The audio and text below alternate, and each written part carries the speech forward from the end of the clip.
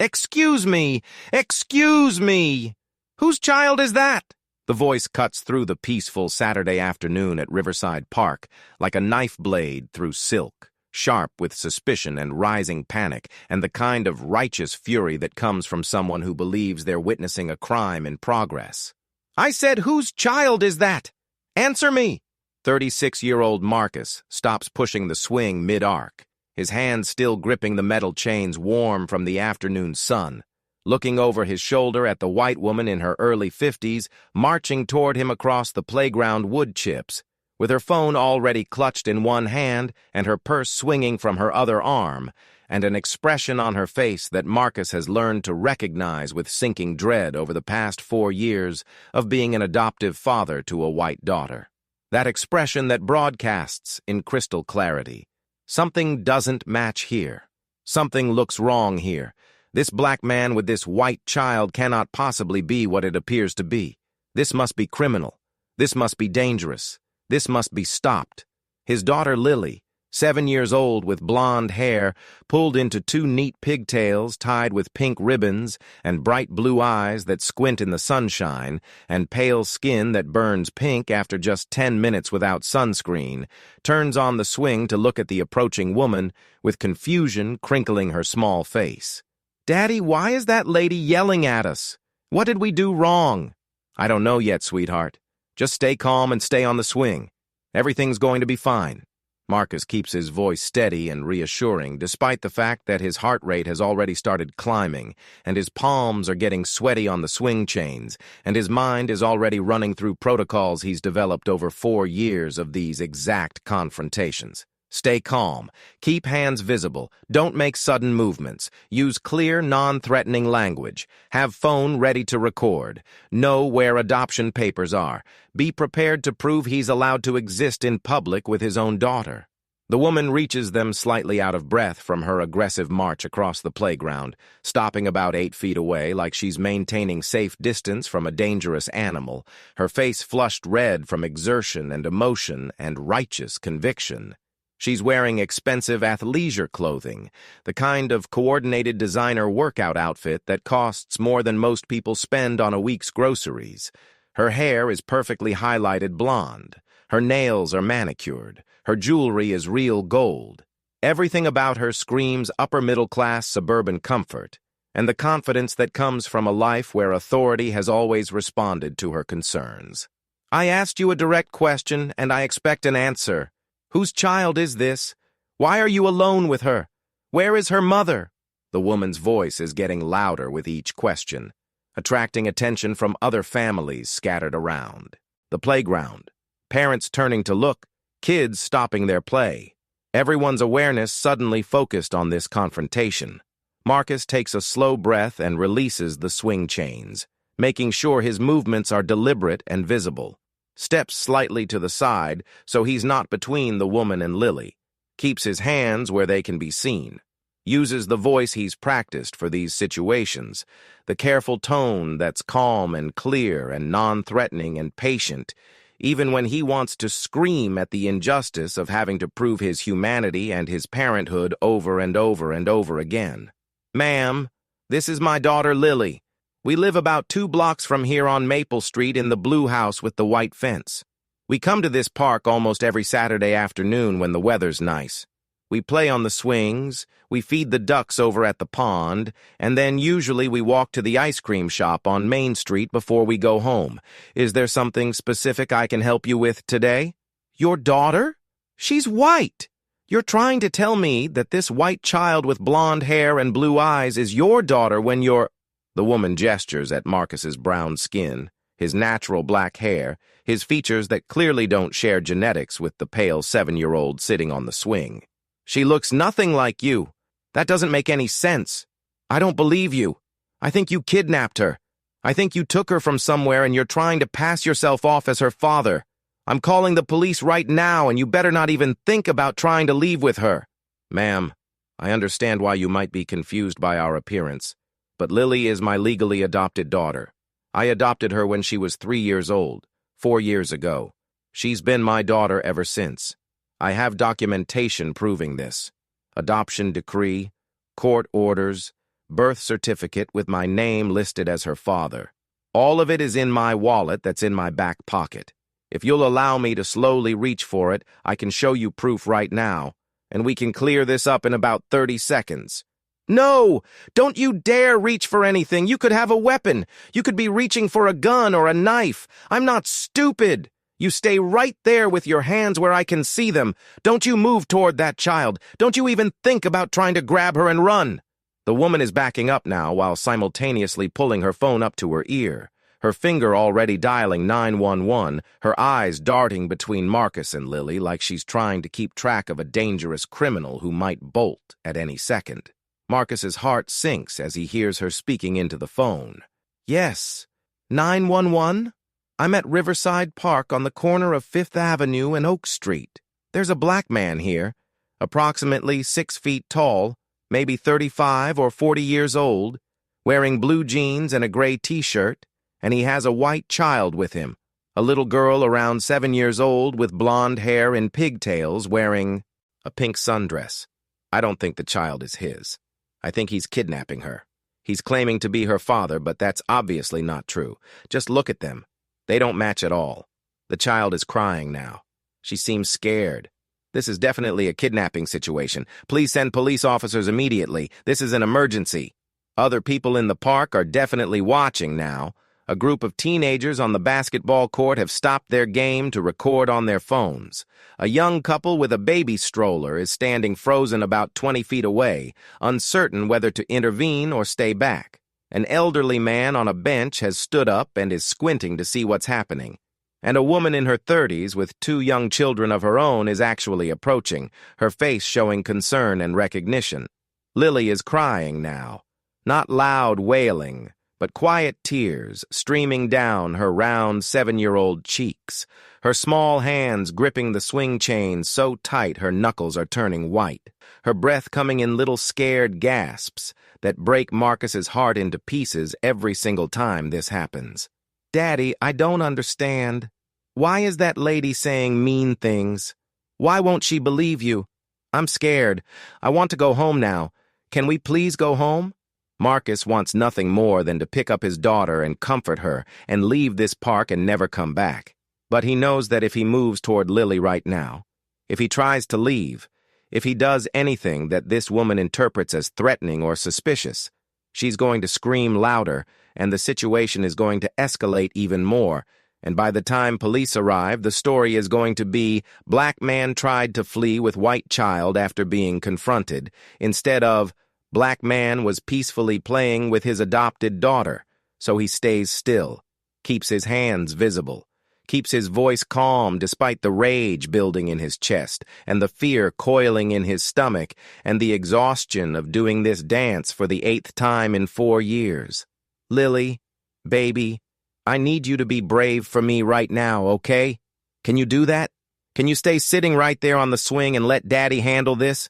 The police are going to come, and we're going to explain everything to them and show them our papers, and they're going to understand that you're my daughter and that this lady made a mistake. Everything is going to be okay. I promise. I won't let anything happen to you.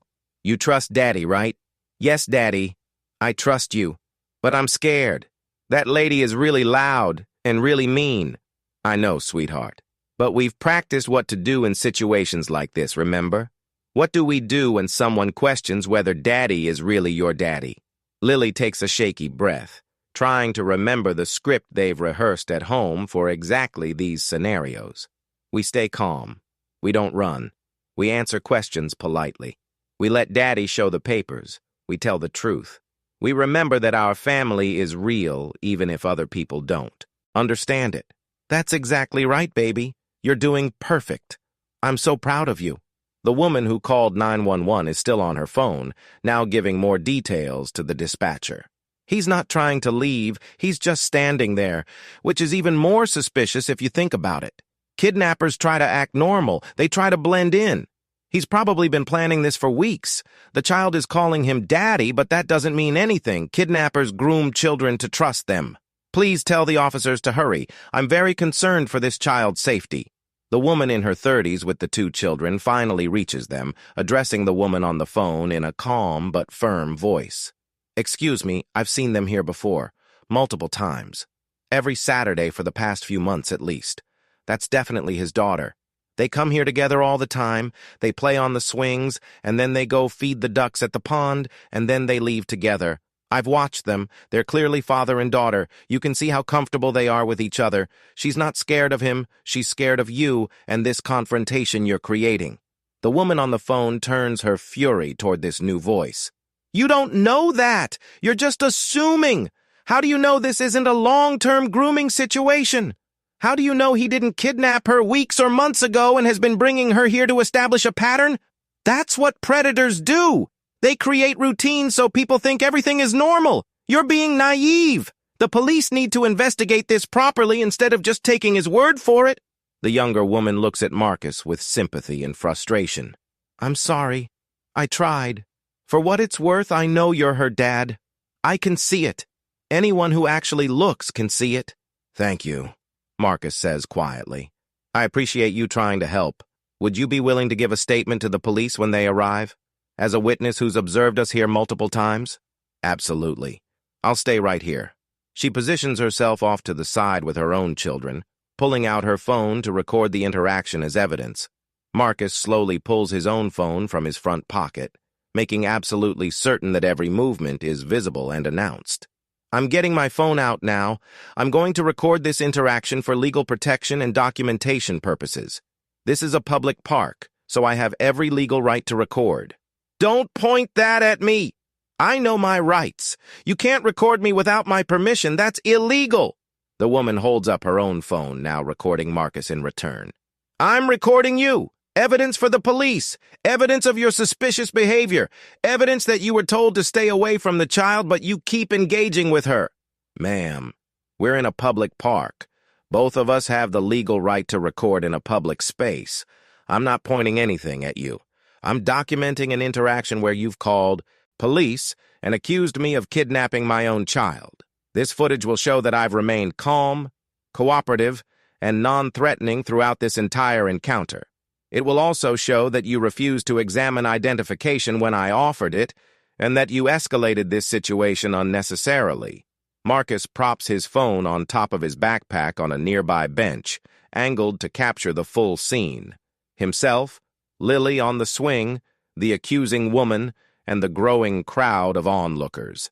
The phone's timestamp and GPS location data will prove exactly when and where this is happening. The video will show his compliance and calm demeanor. All of it evidence for whatever comes next. Sirens in the distance now, growing louder. Multiple vehicles from the sound of it, which makes sense for a report of a possible child kidnapping. High priority call. Multiple units dispatched. Officers responding with elevated adrenaline and heightened awareness and the expectation that they're dealing with a dangerous situation involving a child victim and an adult perpetrator. Marcus sets his backpack down slowly and deliberately, pulls out a folder that contains laminated copies of Lily's adoption papers. He keeps copies in his car, in his backpack, in his wallet, everywhere, specifically for situations exactly like this. Lays the folder on the bench next to his recording phone. Then he places his hands on top of his head in a position of complete non-resistance. A posture of absolute compliance, a physical communication that says, I am not a threat, I am not armed, I am not resisting, I am cooperating before you even give me commands. Lily sees her father put his hands on his head, and her crying intensifies. Daddy, why are you doing that? That's what the bad guys do on TV when the police catch them. You're not a bad guy. You're my daddy. I know, baby, I'm not a bad guy. Daddy's just making sure that when the police officers arrive, they can see immediately that everything is safe and calm. I'm showing them that I'm not dangerous so they don't get scared or confused. It's okay. Everything's going to be okay. Can you be really brave for just a little bit longer? I'm trying, Daddy. I'm trying really hard. 3 police vehicles pull into the parking lot adjacent to the playground, 2 patrol cars and 1 SUV, lights flashing, creating a dramatic scene that makes everyone in the park stop what they're doing to watch. 6 officers emerge from the vehicles, hands resting on their duty belts near their weapons but not drawing them yet, approaching with the careful, tactical awareness of professionals who think they might be dealing with a child abduction in progress.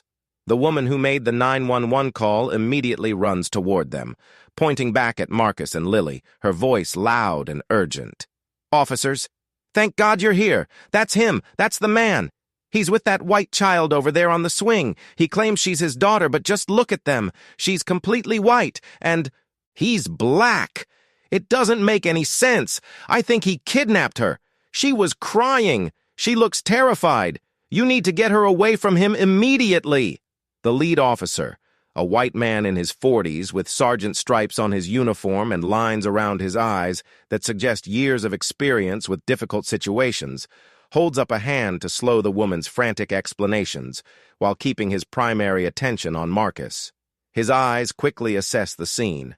Black man with hands on head in surrender position, white child on swing crying but not trying to run or call for help, recording phone on bench, adoption papers visible in folder, small crowd of witnesses watching. "Sir, I'm Sergeant Williams. I need you to keep your hands exactly where they are and don't make any sudden movements. We're responding to a report of a possible child abduction. I need you to cooperate fully while we sort this situation out. Do you understand what I'm telling you?" Marcus keeps his voice calm and clear, speaking just loud enough to be heard but not so loud as to seem aggressive or challenging. "Yes, sir. I understand completely. My name is Marcus. That's my daughter Lily on the swing. She's my legally adopted daughter. I have court-ordered adoption documentation in the folder on that bench right there that proves she's my legal child. I also have my driver's license in my wallet in my back right pocket showing my address just 2 blocks from this park. My phone on the bench has been recording this entire interaction, including timestamp and GPS data. I'm going to comply with every instruction you give me. I just ask that you handle this situation calmly for my daughter's sake because she's 7 years old and she's already very frightened by this woman screaming and calling police." The sergeant's expression shifts slightly, some of the tactical alertness easing as he processes Marcus's calm, articulate response and the physical evidence visible on the bench and the clear surrender posture. This doesn't match the profile of a fleeing kidnapper. But he still has to investigate the claim thoroughly because you can't just ignore a potential child abduction report, even if it seems questionable. "Okay, Marcus, we're going to verify everything, but I need you to stay exactly in that position while we do our initial assessment.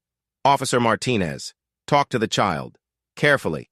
See if she's okay and get her version of what's happening. Officer Johnson, secure that phone and folder as evidence. Officer Chen, get statements from any witnesses who saw what happened before we arrived." A female officer in her 30s with kind eyes and a gentle demeanor approaches Lily carefully, crouching down to the child's eye level about 4 feet away, making sure not to startle her. "Hi there. What's your name, sweetie?" Lily looks at her father first, sees him give a small nod of permission, even with his hands still on his head, then turns back to the officer and answers in a small voice, shaking with fear and confusion. "My name is Lily." "That's a really pretty name, Lily. I'm Officer Martinez. I'm here to make sure everyone is okay. Can you tell me who that man is over there with his hands on his head?" "That's my daddy." Lily's voice gains a little strength, a little indignation at having to state something so obvious. "His name is Marcus, and he's my daddy. And we came to the park like we do every Saturday, and we were just playing on the swings, and then that mean lady started yelling at us and saying Daddy was bad and calling the police, and I don't understand why nobody believes us." Okay, it's all right, Lily. You're not in any trouble. Nobody thinks you did anything wrong. Can you tell me how long that man has been your daddy?" "Forever." "Well, not forever, because I'm only 7, but since I was really little. Since I was 3. He adopted me because my birth parents couldn't take care of me, and Daddy and Mommy wanted to be my parents, and the judge said yes, and now Daddy is my daddy forever and ever, and nobody can change that." Lily is getting more animated now, less scared and more frustrated that adults aren't listening to something she knows with absolute certainty. "Where's your mommy today?" "She's at work. She works on Saturdays sometimes. So Daddy takes me to the park on Saturdays, and we have special Daddy Lily time. We play here and feed the ducks and get ice cream. It's our tradition. We do it almost every week unless it's raining or if Daddy has to work too. Do you feel safe with your daddy? Lily looks at Officer Martinez like she just asked the stupidest question in the world. Of course I feel safe with Daddy. He's my daddy. He takes care of me. He makes me breakfast and reads me stories and helps me with my homework and gives me hugs when I'm sad and teaches me how to ride my bike and tucks me in at night. Why wouldn't I feel safe? The only time I don't feel safe is when people like that lady yell at us and call the police and say mean things about my daddy when he didn't do anything wrong. Officer Martinez glances back at Sergeant Williams with an expression that clearly communicates, this is exactly what it looks like, a father and daughter, not a kidnapping. But the sergeant still needs to complete the investigation properly. Another officer has retrieved Marcus's phone and the folder of adoption papers. He brings them to the sergeant, who examines the documents carefully. Official adoption decree from family court, stamped and signed by a judge, dated 4 years ago. Marcus's name listed as adoptive father. Lily's name and birth date matching a 7-year-old child. Court seal authentic. The lawyer reviewed documents that Marcus had prepared specifically for situations like this because he knew they would happen over and over. The sergeant also examines Marcus's driver's license that another officer carefully removed from Marcus's wallet. Address on Maple Street, 2 blocks from the park. Exactly as claimed. Photo matches the man standing with hands on his head. Everything checking out. Everything legitimate. Sergeant Williams walks over to the woman who made the 911 call. His expression has shifted from tactical alertness to something more like frustration and disappointment. Ma'am, can you explain to me exactly what you observed that made you believe this was a kidnapping situation? The woman's confidence is faltering slightly now as she realizes that the officers aren't immediately arresting Marcus and taking Lily away, but she doubles down on her position. I saw a black man with a white child and they obviously don't match. He claimed to be her father, but anyone with eyes can see that's not possible. I was concerned for the child's safety. I did what any responsible citizen would do. I reported suspicious activity. Better safe than sorry. Did you ask any questions before calling 911? I asked whose child it was. He gave me some story about adoption, but how was I supposed to know if that was true? He could have been lying. Kidnappers lie. Did you ask to see identification or documentation? He tried to reach for his wallet, but I told him not to because he could have had a weapon. I was protecting myself and the child. So you refused to allow him to show you the proof you're now saying you needed to believe him? The woman hesitates, realizing the logical trap she's walked into. I was being cautious. You can't be too careful these days. Ma'am, cautious would be asking questions and accepting answers. Cautious would be examining offered documentation. Cautious would be observing the child's behavior and demeanor to see if she appears distressed or afraid of the man she's with. What you did was see a black man with a white child and immediately assume criminality without any actual evidence of a crime. That's not caution. That's racial profiling. I'm not racist. I was just concerned about a child. This isn't about race. Then why didn't you call police on that white father over there playing with his white daughter? Or that Asian mother with her children? Or any of the other families in this park? Why specifically this man with this child? What evidence of actual wrongdoing did you observe beyond skin colors not matching? The woman can't answer. Can't articulate any actual suspicious behavior beyond the fact that Marcus is black and Lily is white. Sergeant Williams turns back to Marcus. Sir, you can lower your hands. I apologize for this situation. Your documentation is all in order. Your daughter clearly knows you and feels safe with you. There's no evidence of any crime. You're free to continue your afternoon. I'm very sorry your time with your daughter was interrupted this way. Marcus slowly lowers his hands, feeling the tension drain from his shoulders, but the exhaustion and anger still burning in his chest. Thank you, Sergeant. I appreciate you being professional and thorough. But I need to ask, is this woman going to face any consequences for filing a false police report? Because this is the 8th time in 4 years that someone has called police on me for being in public with my adopted daughter. The 8th time my child has been traumatized by accusations that I'm kidnapping her. The 8th time I've had to stand with my hands up proving I'm allowed to exist with my own daughter. At what point does this pattern of harassment result in actual consequences for the people who weaponize 911 against transracial families? The sergeant looks uncomfortable, glancing between Marcus and the woman and the crowd of witnesses and the phones recording everything. He's aware that this moment is likely being documented and will probably end up on social media, and his response matters. Sir, I understand your frustration, but the woman who called did what she believed was right, even if she was mistaken about the circumstances. She wasn't mistaken. She was racist. She saw a black man with a white child and called 911 without asking any questions or accepting any evidence. I tried to show her my adoption papers and she refused to look. I tried to explain, and she talked over me.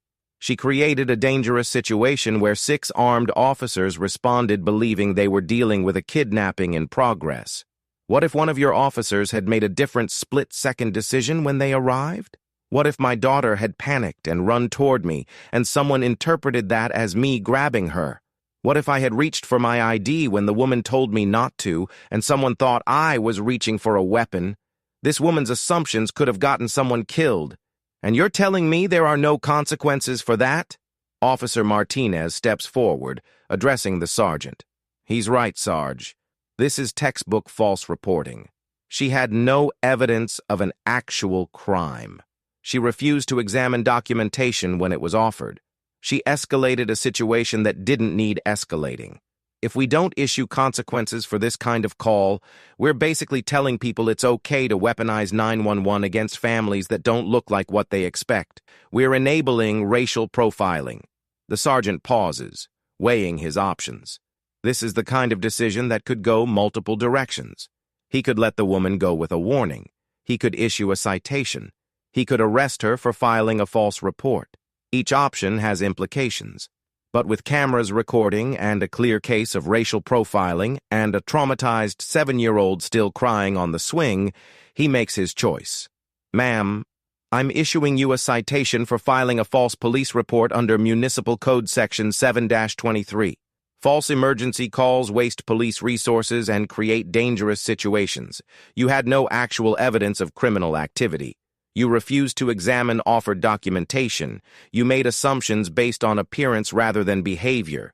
You'll receive a court summons in the mail within 30 days. The fine for this violation is up to $500 plus court costs. You may also face community service requirements depending on the judge's decision. The woman's face flushes bright red, a mixture of embarrassment and anger and disbelief. What? You're citing me? I was trying to help. I was being a good citizen. I was protecting a child. This is outrageous. I want to speak to your supervisor. I want your badge number. What is your name? I'm reporting this. This is discrimination against concerned citizens who try to keep communities safe. Sergeant Williams pulls out a citation book and begins writing. My name is Sergeant Williams, badge number 4729. My supervisor is Captain Rodriguez at the precinct downtown. You're welcome to file a complaint through proper channels. But the citation stands. And ma'am, next time you're concerned about a child's welfare, try asking questions and accepting answers before calling 911. Try looking at the actual situation instead of making assumptions based on what families you think should look like. That little girl over there just spent the last 20 minutes crying and scared because you couldn't imagine that a black man might be her father. Your good intentions don't erase the trauma you caused. The woman snatches the citation from the sergeant's hand, sputtering protests and threats about lawyers and complaints and discrimination, then storms toward the parking lot, muttering loudly about how she'll never try to help anyone again and how this country is going downhill and how no good deed goes unpunished. Marcus watches her go, feeling no satisfaction, no sense of justice or vindication, just exhaustion. Just the familiar bone-deep tiredness of having to fight this same battle over and over and over again. He turns to Lily, who has stopped crying but is still sniffling, still gripping the swing chains, still looking small and scared and confused about why her normal Saturday park time turned into this nightmare. He walks over and kneels in front of the swing so he's at her eye level. Hey, baby. I'm so sorry that happened. Are you okay? Lily launches herself off the swing and wraps her arms around his neck so tight it almost hurts. I was so scared, Daddy. I thought they were going to take you away. That lady said you were bad. She said you stole me. But you didn't steal me. You're my daddy, and I love you. And I didn't understand why she wouldn't listen. Marcus holds his daughter, feeling her small body shaking with leftover fear, feeling his own rage threatening to break through the calm facade he's maintained throughout this entire interaction. I know, sweetheart. I love you too. And that lady was wrong. Some people make mistakes because they don't understand that families come in all different ways and all different colors. But you and me, we're family forever. Nobody can change that. Not that lady, not the police, not anyone. You're my daughter and I'm your daddy, and that's the truth no matter what anyone else thinks. Why did she think you stole me, though? Just because you're brown and I'm white? That's a silly reason. Lots of families don't match. You're exactly right. It is a silly reason, and hopefully that lady will learn something from this. But even if she doesn't, we know the truth about our family, and that's what matters most. Officer Martinez approaches gently, crouching down near them. Lily, I'm really sorry we scared you. Your dad seems like a really good dad. You're very lucky to have him. Lily nods against Marcus's shoulder, then asks in a small voice, Can we still get ice cream? Or do we have to go home now? Marcus almost laughs despite everything, despite the trauma and the fear and the exhaustion. His 7-year-old daughter just went through a terrifying experience, and now she's asking if they can still get their traditional Saturday ice cream. The resilience of children. The ability to bounce back that adults lose somewhere along the way. Yeah, baby, we can definitely still get ice cream. Any flavor you want. The officers begin clearing the scene, taking final statements from witnesses, collecting contact information, wrapping up the investigation. The crowd that gathered slowly disperses, people returning to their interrupted activities, phones going back in pockets after recording something that will probably be on social media within the hour. The woman who defended Marcus earlier, the one with 2 children who said she'd seen them at the park before, approaches one more time. I gave my statement to the officers. I told them I've seen you here multiple times and you're obviously her dad. I'm really sorry this happened. My sister has adopted transracially, and she goes through this kind of thing all the time. It's not okay. I hope that lady learned something today. Thank you. Really. It means a lot that you spoke up. Most people don't want to get involved. Well, I couldn't just stand there and watch you get accused of something you clearly weren't doing. Good luck with everything. Marcus collects his phone and his backpack and his folder of adoption papers that he'll return to their designated spot because he'll need them again. Definitely need them again. Probably need them next weekend or the weekend after when someone else decides that a black father with a white daughter is too suspicious to ignore. He takes Lily's hand and they leave the park, walking the familiar route toward downtown and the ice cream shop that's been part of their Saturday tradition for years. Lily is quieter than usual, processing the experience in whatever way 7-year-olds process trauma and injustice and the harsh realities of a world that judges their family as wrong. Marcus pulls out his phone and texts his wife. It happened again. Woman at park called cops. Said I was kidnapping Lily. Had to prove she's mine. Again. She's okay, but scared. Coming. Home soon? Maybe after ice cream? The response comes quickly. Oh God, are you serious? Marcus, I'm so sorry. Is she really okay? Are you okay? This has to stop. We'll talk when we get home. Need to decompress first. Love you. Love you too. Both of you. They reach the ice cream shop, a locally owned place with homemade flavors and a cheerful staff who know them by name after years of regular visits. Today the owner himself is working behind the counter, an older man with white hair and kind eyes who greets them with a smile that falters when he sees Marcus's expression and Lily's red-rimmed eyes. Marcus! Lily! Your usual Saturday visit, but you both look like you've had a rough afternoon. Everything okay? Marcus considers deflecting, considers saying everything's fine, considers not making this poor ice cream shop owner deal with his family's trauma. But Lily speaks up before he can decide. We had a bad time at the park. A mean lady called the police on Daddy because she thought he stole me. But he didn't steal me because he's my daddy. The police came with lights and sirens and everything, and Daddy had to put his hands on his head like criminals on TV, and I was really scared. But then the police looked at Daddy's papers and they knew the truth and they said we could go. And the mean lady got in trouble. The owner's expression shifts from concern to anger to sympathy. Oh, Lily, I'm so sorry that happened to you and your dad. That must have been very frightening. And I want you to know something important. Your dad is one of the best dads I know. I see you two together every week. I see how much he loves you and how happy you are together. You have a wonderful family. I know, but other people don't know. They think families have to match. Well, other people are wrong. Families are made of love, not matching skin colors. Now, how about today your ice cream is on the house? Double scoops for both of you, because you've both earned it.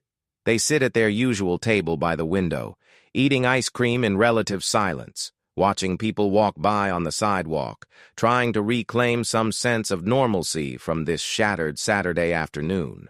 Marcus watches his daughter methodically work her way through chocolate chip and strawberry scoops, sees her gradually relaxing, sees some of the fear leaving her face. But he also knows this experience will stay with her, add to the collection of memories she's accumulating about what it means to be part of a transracial family, about how the world sees her father, about the assumptions people make, about having to prove over and over that their family is legitimate and real and valid. 7 years old and already building scar tissue from racism. 7 years old and already learning that people will question her father's right to be with her. 7 years old and already understanding that love doesn't protect you from prejudice. This is the part that destroys Marcus, not the inconvenience of being stopped, not the embarrassment of public confrontation, not even the danger of police interactions, but watching his daughter lose innocence. Watching her learn lessons no child should have to learn. They finish their ice cream and walk home, the afternoon sun still warm, the neighborhood quiet and peaceful, the normalcy of suburban Saturday contrasting sharply with the trauma they just experienced 2 blocks away. Their house is a modest 2-story in a middle-class neighborhood. Not wealthy, but comfortable. Not prestigious, but safe. The kind of place where kids ride bikes on the sidewalk and neighbors wave hello and everything should be perfectly normal, except that it's not. Not when one of those families doesn't match the other's expectations. Rachel is waiting at the door, having gotten Marcus's text and come home early from work. She's white, in her late 30s, with brown hair pulled back in a ponytail and concern etched deeply in her face. She pulls Lily into a tight hug first, checking her over like she might find physical injuries from emotional trauma. Hey, baby girl. Daddy told me you had a scary time at the park. Are you okay? Do you want to talk about it? Lily shakes her head. I just want to watch TV and forget about it. Can I watch TV in my room? Of course, sweetie. Whatever you need. Lily heads upstairs to her room, leaving Marcus and Rachel in the kitchen, where Rachel immediately pulls him into a hug that he desperately needs. Tell me what happened, all of it. Marcus recounts the entire experience. The woman approaching, the accusations, the refusal to look at ID, the 911 call, the police response, having to stand with his hands on his head while his daughter cried on a swing, the investigation, the citation for the woman, all of it pouring out in a tired monotone because he's told variations of this story too many times and the details blur together into one long nightmare of being judged guilty of kidnapping his own child. This is the 8th time, Rachel. The 8th time in 4 years. When does it stop? When does it become safe for me to take my own daughter to a park? I don't know. I wish I had an answer. I hate that this keeps happening. I hate that I can take Lily anywhere without anyone questioning me. But you can't. I hate the whole thing. I've been thinking, maybe I shouldn't take her out alone anymore. Maybe it's too risky. Every time could be the time that ends badly. No, absolutely not. You're her father. You deserve to spend time with your daughter without a white chaperone to legitimize you. We can't let racism dictate how we live our lives. But what if next time the cop doesn't listen? What if next time someone thinks I'm reaching for a weapon when I'm reaching for adoption papers? What if next time Lily gets even more traumatized? There has to be a limit to how much risk we're willing to accept. The risk exists whether you're alone with her or not. The risk exists because people are racist. Hiding doesn't fix that. We have to keep living our lives and keep fighting back when people try to stop us. Marcus knows she's right. Knows that retreating into fear means letting racism win. But he's tired. So tired of fighting. So tired of proving. So tired of protecting his daughter from trauma while experiencing his own. He pulls out his phone and reviews the video footage he captured. The entire interaction preserved in digital form. The woman's accusations, his calm responses, the police arrival, all of it documented with timestamps and GPS data proving everything happened exactly as he described. I'm going to post this, make it public, because this needs to stop, and the only way it stops is if people see what's actually happening to transracial families. Are you sure? Once it's out there, you can't take it back. Lily's face will be in it. People will have opinions. It might make things worse. It might. But staying silent hasn't made things better. Maybe if enough people see what this looks like, maybe if this woman faces public accountability instead of just a citation, maybe something changes. Marcus uploads the video to multiple platforms, writes a caption explaining the context. This is what it looks like to be a black father with a white adopted daughter. Today a woman saw us at the park and called 911 claiming I was kidnapping my own child. For the 8th time in 4 years, I had to prove to police that I'm allowed to exist in public with my daughter. My 7-year-old is traumatized. This has to stop. He hits post and sets his phone down, unsure what response to expect, unsure if it will make any difference, unsure if exposing their family's trauma to public scrutiny is wise or reckless or desperate or necessary. The video starts spreading within an hour. 50 views, 500, 5,000. The algorithm picks it up. People share it, comment on it, react to it. The numbers climb exponentially as the video escapes Marcus's small circle of friends and enters the broader social media ecosystem. By that evening, 50,000 views, comments flooding in from all directions, other transracial adoptive families sharing similar stories, black parents recounting their own experiences of being questioned or reported or harassed, adoptees describing growing up in families where they didn't match and the unique challenges that created. The supportive comments outnumber the critical ones, but both types sting. This is heartbreaking. No parent should have to go through this. No child should be traumatized like this. 8 times in 4 years? That's not coincidence, that's a pattern. This is what systemic racism looks like in practice. The fact that he has to carry adoption papers everywhere just to prove he's her dad is insane. White parents never have to do that. But also, she was just being careful. Better safe than sorry when it comes to children's safety. How was she supposed to know? They really don't match. It's not racist to notice that. If he just explained better, she probably would have believed him. Marcus reads the comments for a while, then stops because the critical ones are exhausting, and even the supportive ones can't change what happened or prevent it from happening again next weekend or the weekend after. By the next morning, 2 million views.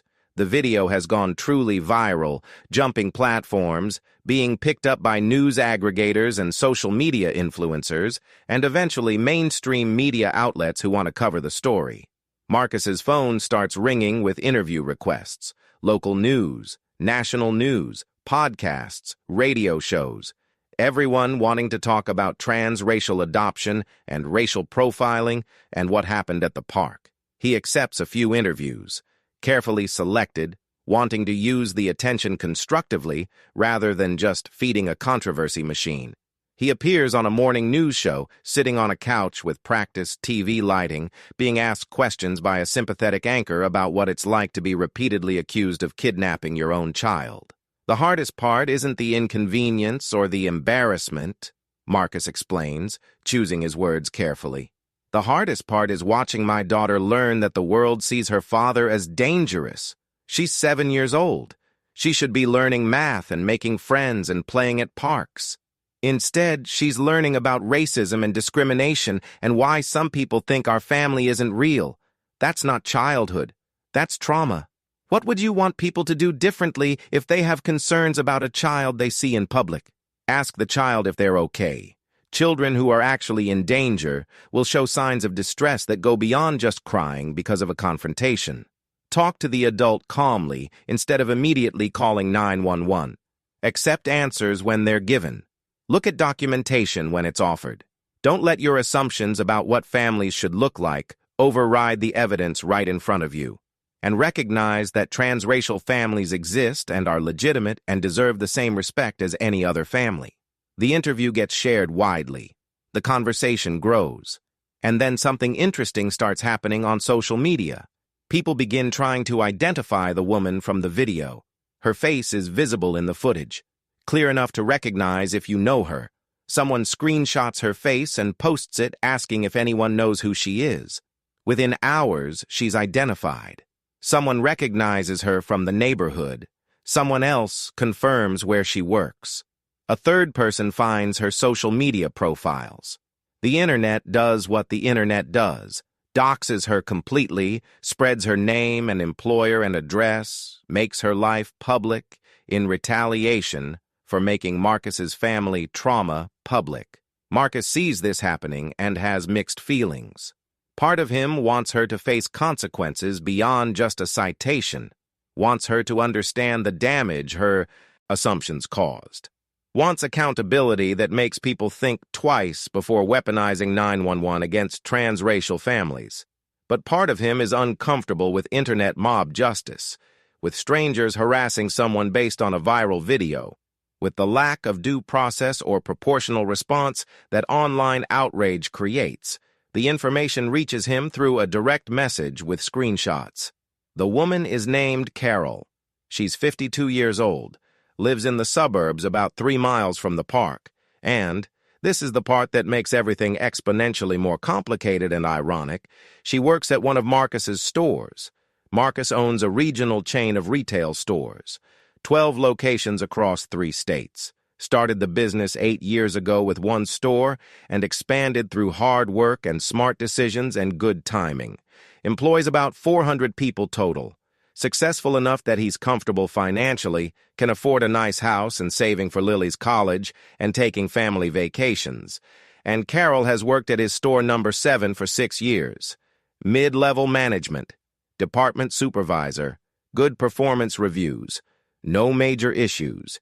He's never met her personally because he doesn't interact with every individual employee across 12 locations, but she's on his payroll, cashes checks signed by his company, receives benefits from his business. The woman who called police on him for being with his adopted daughter is literally his employee, works for a company owned by the man she accused of kidnapping, takes home a salary paid by the person she assumed was a criminal. Marcus sits with this information for a long time, trying to decide what to do with it.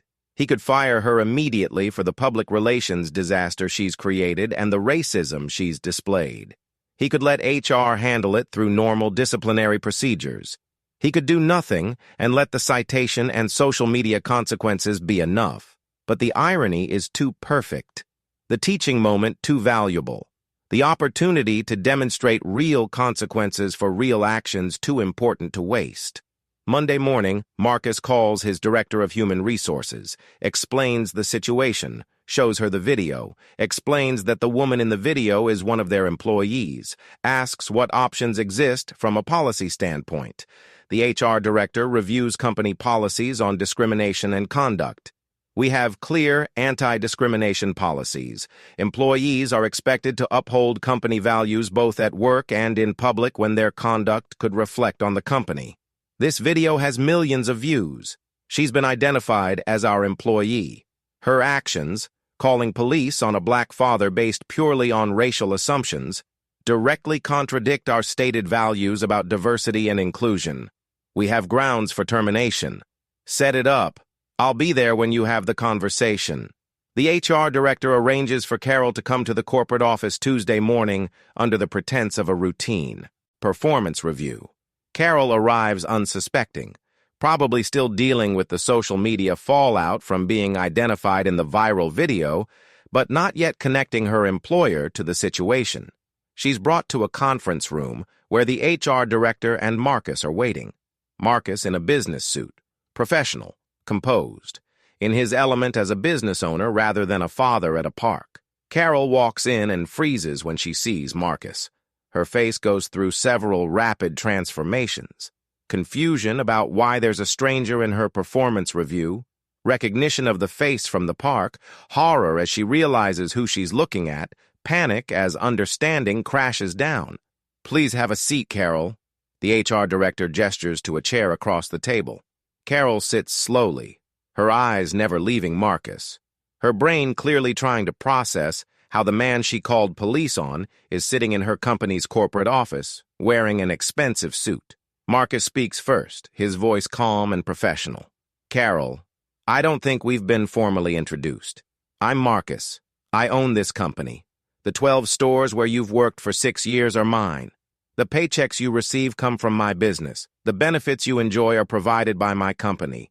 And on Saturday afternoon, you called police on me at Riverside Park and accused me of kidnapping my 7-year-old adopted daughter." Carol's mouth opens, but no words come out.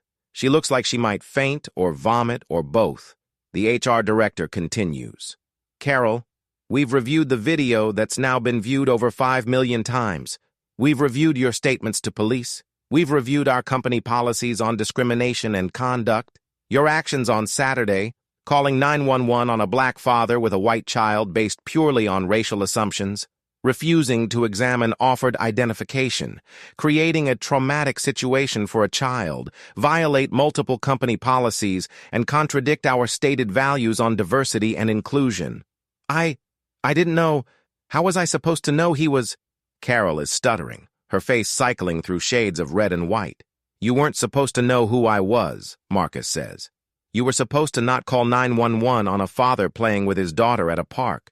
You were supposed to ask questions before making accusations. You were supposed to accept documentation when it was offered. You were supposed to treat people as individuals rather than making assumptions based on skin color. The problem isn't that you didn't recognize your employer. The problem is that you racially profiled a family and traumatized a 7-year-old child. But I was just concerned.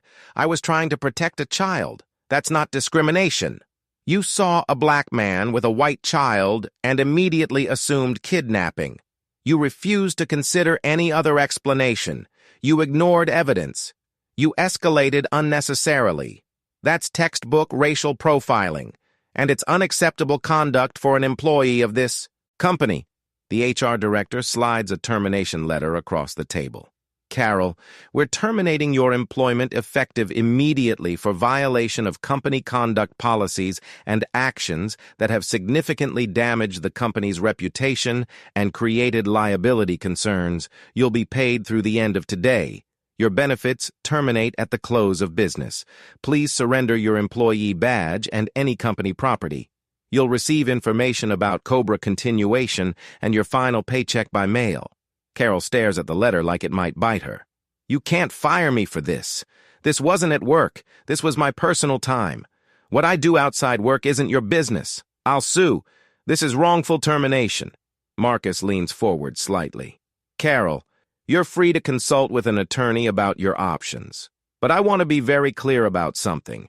You weren't fired for your personal opinions or private conduct. You were fired because your actions went viral. You were identified as our employee, and your racial profiling directly contradicts our company values in a very public way. That's not wrongful termination. That's consequences for choices you made." "This isn't fair. I didn't do anything wrong. I was just being careful." "You called 6 police officers to investigate a father playing with his daughter. You created a dangerous situation that could have ended with someone hurt or dead. You traumatized a 7-year-old child who now has nightmares about police taking her father away. And you did all of this because you couldn't imagine that a black man could be a white child's father. That's not being careful. That's being racist. And yes, there are consequences for that." Carol sits in stunned silence for a long moment. Then she stands abruptly, grabs the termination letter, and storms toward the door, turns back one more time. "You're going to regret this. I'll make sure everyone knows how you treat employees. I'll make sure this gets out." Marcus almost smiles. "Carol, 5 million people have already seen the video of you calling police on me. The story is already out. What exactly do you think you're going to add to that narrative? She leaves without another word, the door slamming behind her. The HR director lets out a long breath. Well, that went about as well as could be expected. She'll probably try to file an unemployment claim or maybe pursue legal action, but we're on solid ground. Clear policy violations, public conduct that damaged company reputation. She doesn't have much of a case. Keep documentation of everything. I want to be prepared if she does try to sue. But I also want to use this situation constructively. Let's schedule company-wide training on unconscious bias and racial profiling. Let's review our policies to make sure they clearly address this kind of situation.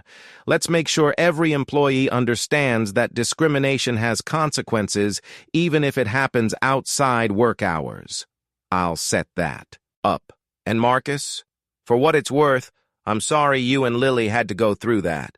Nobody should have to experience what that video showed. Thank you.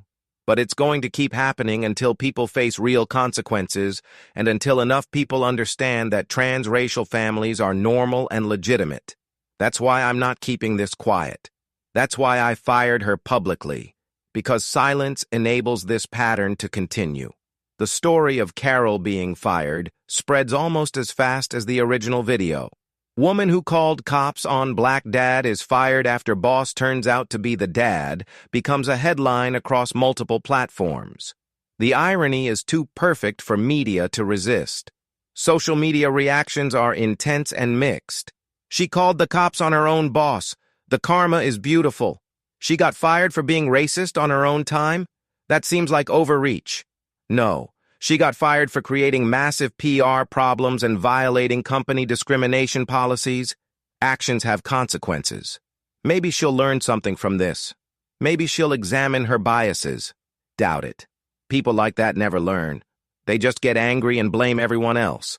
Carol tries to control the narrative through her own social media, posting about being persecuted for caring about children, and fired for trying to do the right thing, and attacked for being a concerned citizen. But the video is too clear. The evidence too damning. Most people see through her attempts at victimhood. Her husband files for separation 2 weeks later, unable to handle the social stigma of being married to that racist lady from the video. Her adult children stop returning her calls, embarrassed by their mother's actions and internet infamy. Her friends distance themselves. She becomes isolated and unemployed and infamous all at once. She tries to find new employment, but the viral video follows her everywhere. Every job interview ends with, "Aren't you the woman from that park video?" Most interviews don't get past that question. She ends up taking whatever work she can find, temp jobs and gig economy positions, making a fraction of what she earned before, struggling financially and emotionally. And maybe somewhere in that struggle, she examines her assumptions and recognizes her racism and grows as a person. Or maybe she stays convinced she was right and everyone else is wrong. Marcus will never know because their paths don't cross again. Marcus continues using the attention from the viral video to advocate for transracial families and against racial profiling. He speaks at adoption conferences about the unique challenges families face. He works with lawmakers on legislation that would impose penalties for false 911 calls motivated by racial bias. He partners with civil rights organizations to create resources for families navigating discrimination. The video becomes a teaching tool, used in diversity training at companies and schools, referenced in discussions about implicit bias and systemic racism. Shown as an example of what transracial families experience regularly and why I was just concerned, isn't an excuse when that concern is rooted in racist assumptions. Lily slowly recovers from the trauma, with help from a therapist who specializes in adoption and racial identity issues. She learns coping strategies for when people question her family. She develops language to explain that families come in all different combinations. She grows more confident in defending her relationship with her father. But the experience changes her, makes her more aware of race at 7 years old than most white children are at 17, makes her understand that her father will be judged differently than her white mother, makes her conscious of people's reactions when she's out in public with her dad. Marcus grieves the innocence she lost, the carefree childhood she could have had if racism didn't exist, the normal park visits that should have been simple joy instead of potential danger. He can't protect her from these experiences entirely, but he tries to give her tools to survive them. They still go to the park most Saturdays, still feed the ducks and get ice cream, still maintain their traditions despite everything, because letting fear control their lives means letting racism win. And Marcus refuses to let his daughter grow up believing their family is anything less than completely legitimate and normal and real. Sometimes people recognize him from the video. Most are supportive, thanking him for speaking up, sharing their own stories, offering solidarity. A few are critical, claiming he's exploiting his daughter or playing the victim or being too sensitive. He's learned to smile and nod and move on because engaging with every critic is exhausting and futile. The 8th time turned into the 9th time about 6 months later. Different park, different person, same accusations, same police response, same trauma for Lily, same exhaustion for Marcus, same documentation and proof and eventual resolution.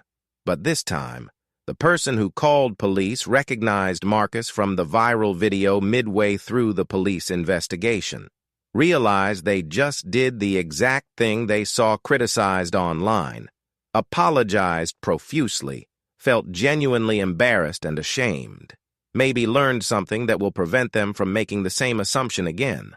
Progress, maybe. Small and incremental and insufficient, but progress. Marcus keeps documenting each incident, keeps sharing stories, keeps advocating for change, because this is his life now, not just a father trying to raise his daughter, but an accidental activist trying to make the world slightly safer for transracial families who just want to exist without constantly proving their legitimacy. 5 years after the viral video, a reporter does a follow-up piece. Where Are They Now? Featuring Marcus and Lily. Now 12 years old and articulate about her experiences growing up in a transracial adoptive family. It's hard sometimes, Lily explains to the camera with the wisdom of a child who's lived through repeated trauma. People assume my dad isn't really my dad. They ask if he's babysitting or if I'm okay or where my real parents are. And I have to explain that he is my real parent, that we're a real family even though we don't match. It gets old explaining the same thing over and over, but I know it's not going to change until people learn to see families differently. The reporter asks Marcus if he thinks things have gotten better since the viral video. Marginally. Maybe. It's hard to measure. I still get questioned regularly when I'm out with Lily. I still carry adoption papers everywhere. I'm still hyper-aware of how people might interpret our interactions. But there's more awareness now than there was 5 years ago. More people understand that transracial families exist and face unique challenges. More people think twice before calling 911 on families that don't match their expectations. Small victories. Not enough, but something. Do you regret posting the video? Making your family's trauma public? No, because staying silent wasn't protecting us. We were experiencing this trauma whether anyone knew about it or not. At least by going public, we've contributed to a broader conversation that might prevent other families from experiencing the same thing, or might result in better outcomes when it does happen. That's worth the loss of privacy. The follow-up piece gets decent attention, but doesn't go as viral as the original. Society has moved on to newer outrages and controversies, but the original video still lives on the internet. Still gets referenced, still gets used in training and education. Carol, last anyone checked, moved to a different state and changed her name, trying to escape the permanent internet record of her assumptions and their consequences. Trying to rebuild a life from the wreckage of one Saturday afternoon when she saw a black father at a park and couldn't imagine he was exactly what he appeared to be. And Marcus and Lily keep going to parks, keep living their lives, keep being a family despite a world that sometimes can't accept what they are. Because that's what you do when you love someone. You keep showing up. You keep fighting. You keep existing together despite the obstacles and the discrimination and the exhaustion. And you keep hoping that eventually, someday, the world catches up to what you already know. that families aren't defined by matching appearances, but by love and commitment and the bonds that matter more than biology or skin color or anyone else's expectations. A woman called cops on a black dad with a white child at a park. She didn't know the child was his adopted daughter. She didn't know he was her employer. She didn't know her assumptions would cost her job, her marriage, her reputation, and her life as she knew it. And she didn't know that refusing to see evidence and escalating unnecessarily and weaponizing 911 based on racial assumptions has real consequences. The father kept being a father. The daughter kept being a daughter. Their family kept being real and legitimate and valid despite someone's refusal to see it. And somewhere, maybe, enough people learned from watching this story unfold that the next transracial family at a park faces slightly less suspicion, slightly more willingness to ask questions instead of call police, slightly more recognition that families come in every possible combination and all of them deserve respect. That's not justice. That's just incremental progress purchased at the cost of a 7-year-old's trauma and a father's exhaustion and a family's public exposure of their worst moments. But it's something. And when you're fighting for basic recognition of your family's legitimacy, sometimes something is all you can hope for.